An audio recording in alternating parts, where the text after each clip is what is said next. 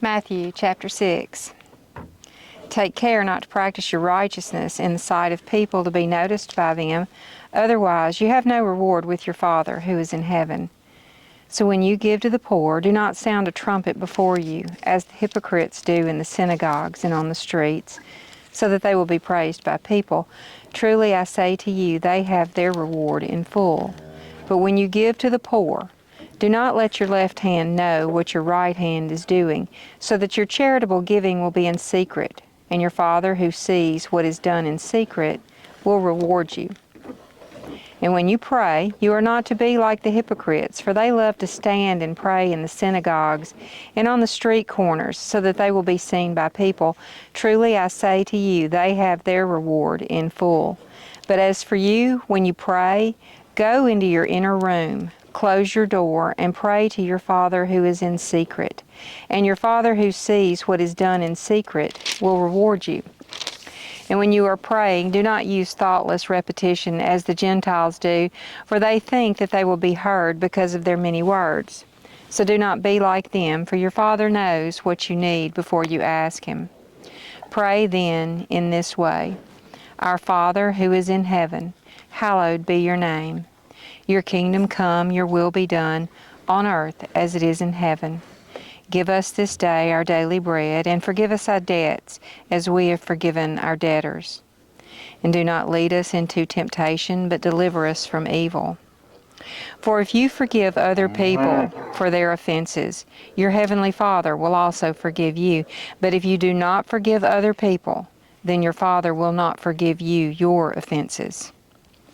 Now, whenever you fast, do not make a gloomy face, as the hypocrites do, for they distort their faces so that they will be noticed by people when they are fasting. Truly, I say to you, they have their reward in full. But as for you, when you fast, anoint your head and wash your face, so that your fasting will not be noticed by people, but by your Father who is in secret. And your Father who sees what is done in secret will reward you. Do not store up for yourselves treasures on earth, where moth and rust destroy, and where thieves break in and steal, but store up for yourselves treasures in heaven, where neither moth nor rust destroys, and where thieves do not break in or steal. For where your treasure is, there your heart will be also. The eye is the lamp of the body, so then, if your eye is clear, your whole body will be full of light. But if your eye is bad, your whole body will be full of darkness. So if the light that is in you is darkness, how great is the darkness? No one can serve two masters, for either he will hate the one and love the other, or he will be devoted to one and despise the other. You cannot serve God and wealth. For this reason, I say to you, do not be worried about your life as to what you will eat or what you will drink, nor for your body as to what you will put on. Is life not more than food, and the body more than clothing? Look at the birds of the sky, that they do not sow, nor reap, nor gather crops into barns, and yet your heavenly Father feeds them. Are you not much more important than they?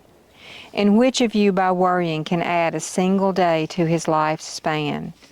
And why are you worried about clothing? Notice how the lilies of the field grow. They do not labor, nor do they spin thread for cloth. Yet I say to you that not even Solomon, in all his glory, clothed himself like one of these. But if God so clothes the grass of the field, which is alive today, and tomorrow is thrown into the furnace, will He not much more clothe you? You of little faith. Do not worry then, saying, what are we to eat, or what are we to drink, or what are we to wear for clothing? For the Gentiles eagerly seek all these things, for your heavenly Father knows that you need all these things. But seek first His kingdom and His righteousness, and all these things will be provided to you. So do not worry about tomorrow, for tomorrow will worry about itself.